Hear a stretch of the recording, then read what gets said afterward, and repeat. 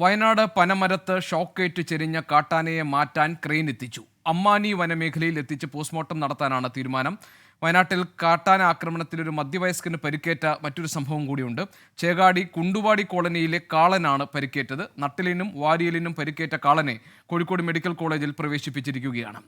സുർജിത്ത് അയ്യപ്പത്തുണ്ട് ഈ രണ്ട് വാർത്തയുടെയും വിവരങ്ങളുമായി നമുക്കൊപ്പം.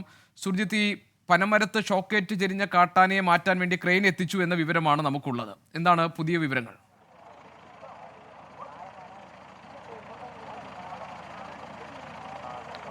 ഗോപി, ഞാനിപ്പോൾ നിൽക്കുന്നത് ആ അമ്മാനി എന്ന് പറയുന്ന പ്രദേശത്ത് ജയരാജൻ്റെ വീടിൻ്റെ മുറ്റത്താണ്. ഇവിടെയാണ് ഇന്ന് ഏതാണ്ട് ഒരു 10 മീറ്റർ മാത്രം അകലെ, അത്ര അകലെയാണ് കാപ്പിത്തോട്ടത്തിൽ ഈ കാട്ടാനയെ ചെരിഞ്ഞ നിലയിൽ കണ്ടെത്തിയിരിക്കുന്നത്. ഇപ്പോൾ ക്രെയിൻ എത്തിച്ചിരിക്കുകയാണ്.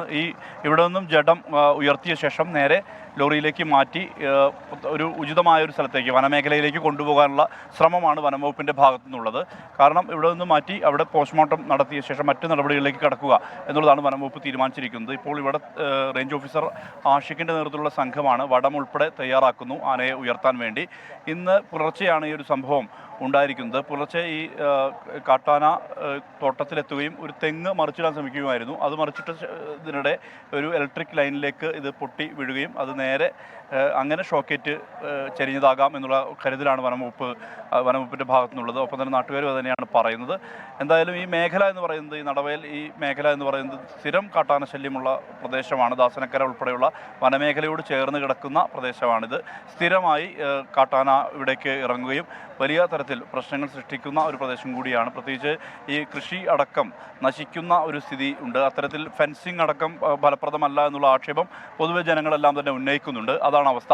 അപ്പോൾ ഈ മേഖലയിൽ അങ്ങനെ കാട്ടാനശല്യം തുടരുന്ന പശ്ചാത്തലത്തിലാണ് ഇങ്ങനെ ഒരു സംഭവം കൂടി ഉണ്ടായിരിക്കുന്നത്. പുലർച്ചെയാണ് ഈ ഒരു സംഭവം ഉണ്ടായിരിക്കുന്നത്. എന്തായാലും ഇപ്പോൾ ഇതിൻ്റെ ജഡം ഉയർത്തുക എന്നുള്ളതാണ് വനം വകുപ്പ് ഉദ്ദേശിക്കുന്നത്.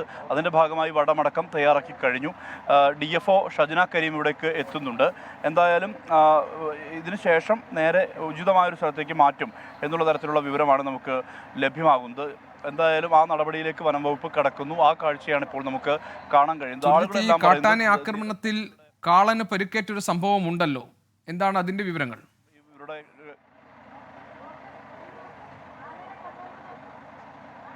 അത് ആ സംഭവം ഉണ്ടായിരിക്കുന്നത് പുൽപ്പള്ളി ചേകാടി എന്ന് പറയുന്ന പ്രദേശമുണ്ട്. അവിടെയാണ് അത്തരത്തിലൊരു സംഭവം ഉണ്ടായിരിക്കുന്നത്. കുണ്ടുവാടി കോളനിയിലെ കാളൻ എന്നുള്ള 58 വയസ്സുള്ള ആൾക്കാണ് പരിക്കേറ്റിരിക്കുന്നത്. സാരമായ പരിക്കുണ്ട്.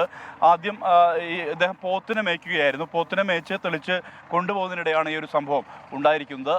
അദ്ദേഹം പോത്തിനെ മേയ്ച്ച് തെളിച്ച് കയറ്റി കൊണ്ടുവരുന്നതിനിടെ ഈ കാട്ടാന ആക്രമിക്കുകയായിരുന്നു. കോളനി നിവാസികൾ, കുണ്ടുവാടി കോളനി നിവാസികൾ തന്നെ അദ്ദേഹത്തിൻ്റെ അലർച്ച കേട്ട് ബഹളം വെച്ചോടെയാണ് കാട്ടാന പിന്തിരിഞ്ഞത്. ഉടൻ തന്നെ അവിടെ നിന്നും വയനാട്ടിലെ ആശുപത്രിയിലേക്ക് ആദ്യം എത്തിച്ചു. അവിടെ നിന്നും നേരെ പരിക്ക് ഗുരുതരമായതിനാൽ കോഴിക്കോട് മെഡിക്കൽ കോളേജിലേക്ക് മാറ്റിയിരിക്കുകയാണ്. ഗോപി.